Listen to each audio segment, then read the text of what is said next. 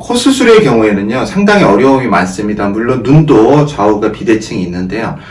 본인들은 눈은 비대칭을 인식하고 있는 경우가 많습니다. 그런데 코 경우에는 사실 환자분들이 비대칭을 인식을 못하는 경우가 의외로 많습니다. 자신들이 살아오면서 코는 바르게 딱 똑바르다고 생각을 하시는데요. 사실 좌우 차이가 많이 나는 경우가 있습니다. 먼저 콧대가 틀어져 있는 경우가 있을 수 있고요. 그리고 콧볼의 크기가 다르거나 콧구멍의 모양이 짝짝이거나 또 콧대도 이런 부위가 더 나온 부분이 있고 더 들어간 부분이 있습니다. 한번 좀 손으로 만져보시면은 완전히 콧뼈 같은 게 똑같지 않다는 걸 아실 것입니다.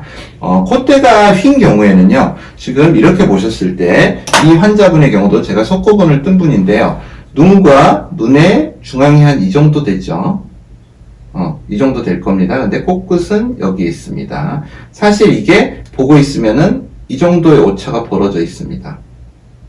오른쪽으로 가 있죠. 근데 인중은 또 코끝에 맞고 있습니다. 여기에.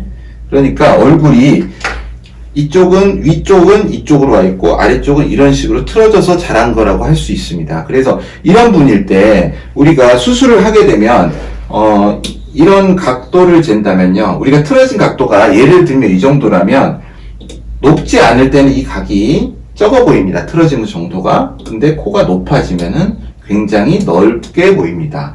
마찬가지로 우리가 이 콧대를 수술을 해서 여기에 보형물을 넣고 높인 경우에 이 틀어짐의 차이가 눈에 띄기 쉽습니다. 그래서 이 부분에 대해서는 절골을 해서 맞출 수 있다면 맞추지만 사실 태어날 때부터 자라면서 이게 틀어져 있는 경우에 완전히 교정을 한다는 거 어렵습니다. 그래서 보형물을 깎으면서 어느 정도 커버를 하고요. 또 위치적인 커버를 하고 또 높이 조절을 조금 너무 높게 하지 않고 어느 정도 낮추면서 눈에 좀 덜 띄게 할 뿐입니다. 그래서 완전하게 일치하는 코는 만들 수 없고요.